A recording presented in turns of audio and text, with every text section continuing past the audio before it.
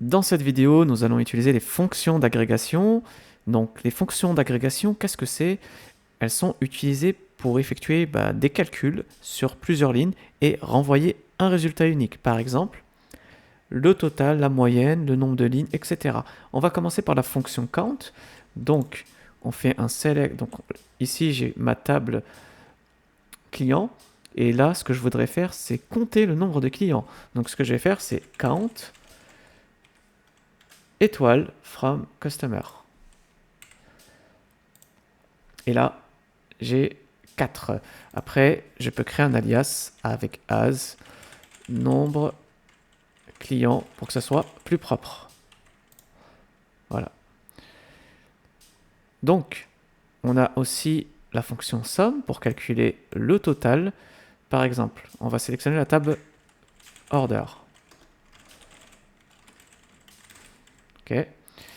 Donc là, on a des commandes des clients avec le panier qu'ils ont, le panier d'achat, etc.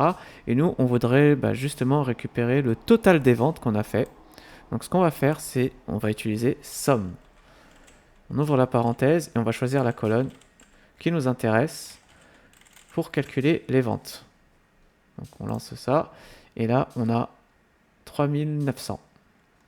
Donc toujours créer des alias pour que ça soit plus lisible.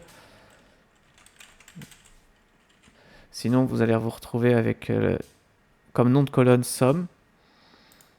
Voilà, total des ventes 3900. Maintenant, on a aussi pour calculer la moyenne.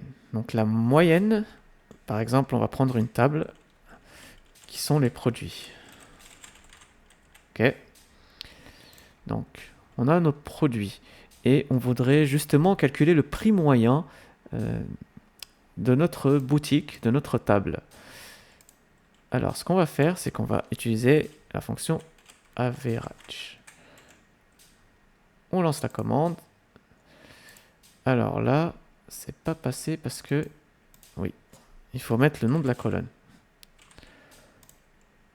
Donc, toujours alias, prix moyen, ce qui nous donne, voilà, nom de colonne prix moyen avec la moyenne des produits, des prix des produits. On a d'autres fonctions intéressantes qui sont le min et le max. Par exemple, on peut utiliser min pour chercher le prix minimum de la colonne. Voilà, donc là on a 100 et idem pour max, ça va être prix max. Ok, 1200. Ensuite, on peut combiner plusieurs fonctions. Par exemple, on a la table product que je vais vous montrer. Donc on a plusieurs colonnes, etc. Et ce qu'on voudrait faire, par exemple, c'est compter le nombre de produits, avoir le prix minimum et avoir le prix maximum. Donc ce qu'on va faire, c'est d'abord, on va commencer par compter le nombre de produits. Donc, as nombre produits. Donc d'abord, on lance la commande. On a bien le nombre de produits. Ce qu'on va faire ensuite, c'est chercher le minimum, le prix minimum.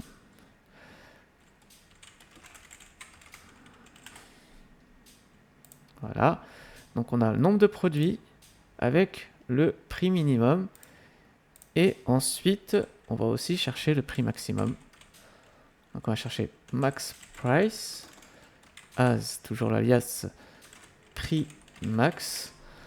On lance la requête et là, on a une vue d'ensemble avec le nombre de produits qu'on a, le prix minimum et le prix maximum.